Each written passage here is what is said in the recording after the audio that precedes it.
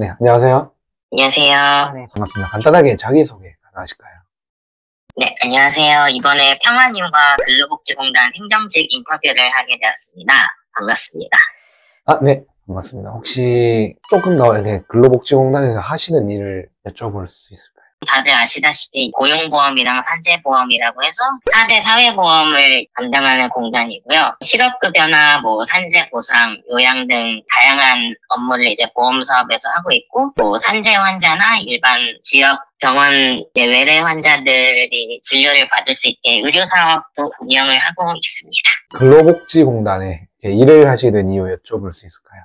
저는 많은 취준생분들이 그렇겠지만 저 역시도 근복만 목표로 준비한 것은 아니었고 합격한 곳이 일단 이것뿐이었고요.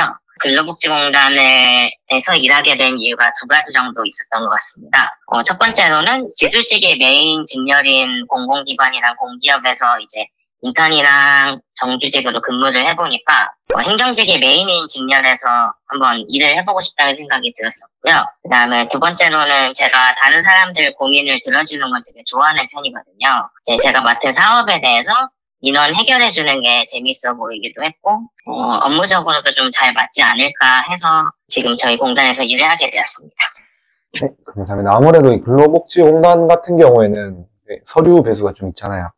자기소개나 이런 건 서류는 어떻게 준비하셨을까요? 일단 근로복지공단 같은 경우는 자기소개서를 일단 서류 전형에서 보지는 않고 적부로만 보고요.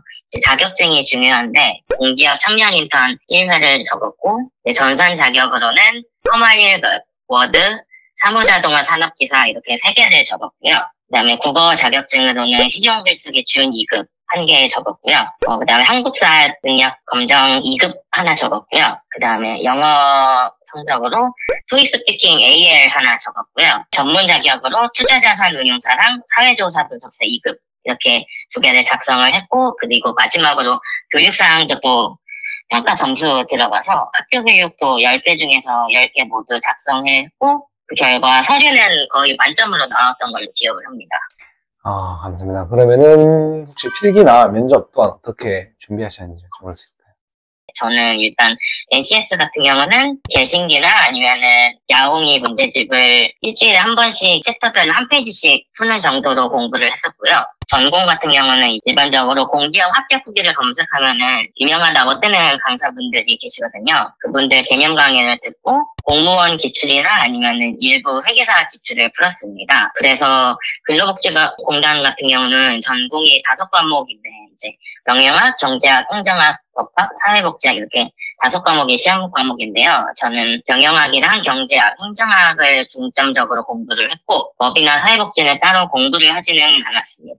그리고 면접일 경우에는 따로 컨설팅 같은 거는 받지 않고 혼자 준비했는데요. 저 같은 경우는 인턴이든 정규직이든 면접 경험이 좀 있어서 따로 준비를 하지는 않았었는데 만약 면접 경험이 별로 없으시다면 청년 인턴 면접 같은 거 많이 봐보시면서 면접을 어떻게 준비해야 하는지 감을 잡으시면은 면접에서 조금 쉽지 않을까라는 생각이 듭니다. 제가 이 중에 한 가지 와닿는 게 면접 기회가 생각보다 쉽지 않잖아요. 그래서 인턴을 통해서 그 면접 기회를 보는 것도 하나의 방법이라고 생각하는데 흔히 말하는 4대 공단이잖아요.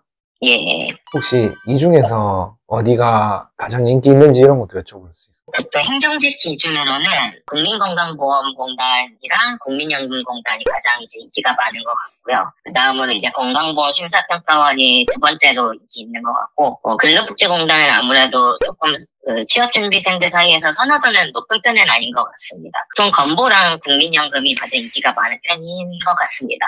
그런 이유 또한 여쭤봐도 괜찮을까요?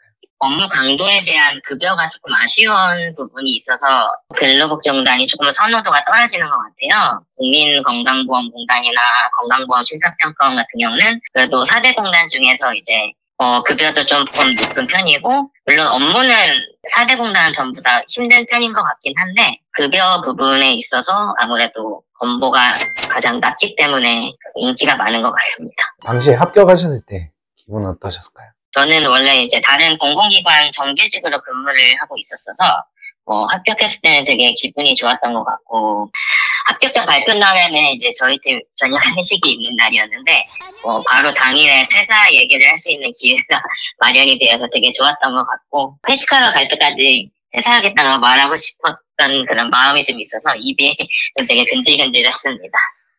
동기분들의 나이대나 성비도 여쭤볼 수 있을까요? 보통 한 기수에 100명 정도 나와서 되게 나이대는 다양한 편이긴 한데, 여자 동기들 같은 경우는 대졸 기준으로 20대 중후반이 많았던 것 같고요. 남자는 20대 후반이 좀 주 나이대였던 것 같기는 한데, 30대도 이제 적지 않게 있었고요. 그리고 40, 50대도 한 5명 정도는 있었던 것 같아요. 조금 여초 직장이어서 동기들 기준으로 봤을 때는 보통 한 여자 7에 남자 3, 요 정도 됐던 것 같아요. 역시 다르긴 하네요. 한 달에 한 세금 떼고 얼마 정도 받으시는지 여쭤볼 수 있을까요? 그러니까 근로복지공단 같은 경우 이제 경력으로 이제 호봉제 인정을 해줘서, 저 같은 경우는 군복무나 인턴이나 정규직 등 경력을 종합적으로 호봉을 인정을 받아서 4에서 6호봉 수준으로 인정을 받았습니다. 그래서 제 기준으로 말씀을 드리면은 평탄에는 한 250에서 260 이 정도 받았던 것 같고, 상여달은 1년 중에 4개월 정도 있는데요. 상여달에 받는 경우에는 한 300 정도 받는 것 같아요. 여기가 좀 여초 회사다 보니까 여자 지원자분들이 많으실 것 같아서 제가 대졸 1호봉도 대충 조금 계산을 해봤는데, 대졸 1호봉 같은 경우는 평달에 한 230만 원 초반대 정도 나올 것 같습니다. 앞서 말씀드린 250에서 60은 4에서 6호봉 정도로 봅니다. 맞습니다. 따로 근무지는 랜덤인가요? 일단 행정직 기준으로 말씀을 드리면은 보험사업이랑 의료사업이 있는데, 보험사업의 경우에 이제 권역 내 순환 근무라고 해서 이제 서울 권역으로 입사를 하셨으면은 그 서울 안에 있는 여러 지사 중에 여러 지사 내에서만 순환하시는 형태이기는 한데요. 비인기 지역이 좀 있어서 아무래도 권역별로 한 평생 동안 1년에서 1년 반 정도 이제 비연고지를 한번 갔다 오기는 해야 되는데, 일반적으로는 권역 내에서 순환을 하고 근무지도 최대한 본인이 희망하는 지사에 배정이 되는 것 같습니다. 감사합니다. 사택 같은 경우에 따로 제공이 될까요? 지사마다 조금 사정이 다를 수 있기는 한데, 직원이 희망하면 누구나 언제든지 들어갈 수 있는 편인 것 같고요. 3인 1실 사택으로 많이 쓰는 것 같습니다.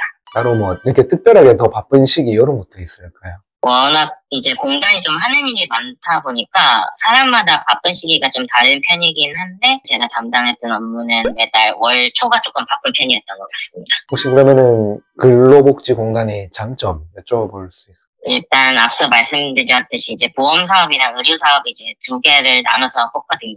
그래서 이제 제가 말씀드리는 이 장점이 보험사업한테는 장점이 될 수 있는데, 이게 또 의료사업한테 단점이 될 수 있고, 또 의료사업의 장점이 또 보험사업의 단점이 되기 때문에, 일단 제가 지금 말씀드리는 장점은 보험사업의 장점이자 의료사업의 단점이라고 말씀을 드리는 건데, 일단 연고지 내에서 근무를 하기 때문에 뭐 서울 권역으로 입사를 했으면은 서울 내의 지사에서만 이제 순환 근무를 할 수 있는 게 되게 좋은 것 같고요. 주 1회 재택근무가 가능해서 집에서 편한 복장으로 업무를 할 수 있다는 게 장점입니다. 이게 의료사업한테는 또 단점이 되는 게, 의료사업 같은 경우에는 또 전국 발령이기도 하고 연고지에서 근무가 사실상 거의 불가능하고요.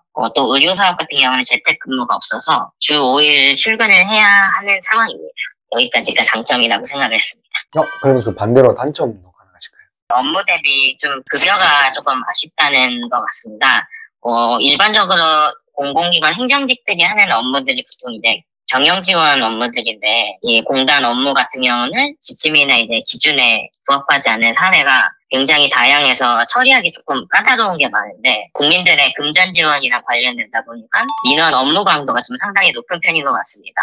근데 이것에 대한 보상은 조금 아쉽고, 이게 근데 단점이라고 말씀을 드린 게 이제 보험사업의 기준으로 또 단점인데, 의료사업 같은 경우는 이제 민원 업무를 또 하게 될 일이 많지가 않거든요. 병원에서 근무를 하다 보니까 일반적인 공기업의 경영지원 업무를 의료사업에서 하게 되는 편이어서, 또 의료사업 같은 경우는 또 민원 업무 강도에 이제 크게 걱정을 안 하셔도 됩니다. 이게 제가 생각했던 단점이었습니다. 네. 확실히 이렇게 종류별로 다른 느낌이 들고 있군요. 퇴근하시거나 주말에 뭘 하시는지 여쭤볼 수 있을까요?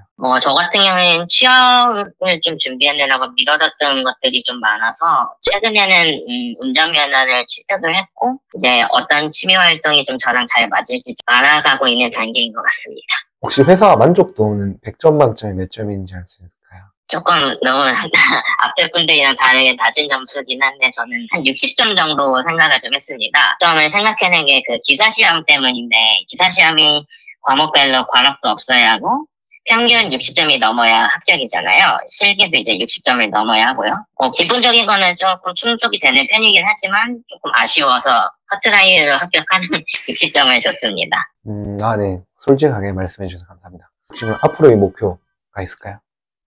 저 같은 경우에는 조금 타성해졌지 않고 좀 뒤를 돌아보면서 회사 생활을 해보자라는 목표를 세웠는데요. 많은 직장인분들이 본인을 하나의 큰 틀 안에서 부품이라고 이제 생각을 하시더라고요. 언제든지 교체가 될 수 있다고 하시는데, 그런데 부품이어도 어쨌든 하나의 큰 틀을 움직이기 위해서 각자가 이제 분주히 움직이고 있기 때문에 나라는 사람도 회사에 꼭 필요한 사람이라고 생각을 하고 이런 마음으로 좀 업무를 좀 해보려고 합니다. 감사합니다. 그럼 마지막으로 취준생 분들에게 한 말씀 가능하실까요?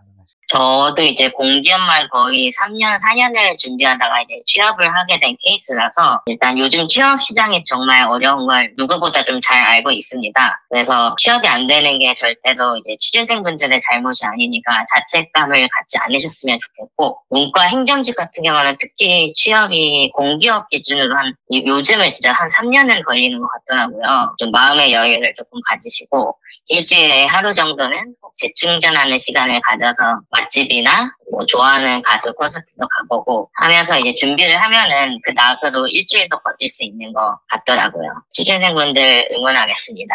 화이팅! 네. 좋은 말씀 정말 감사합니다. 이렇게 또 도움이, 특히 4대 공단 준비하시는 분들에게 많은 도움이 되었으면 좋겠네요. 네. 감사합니다.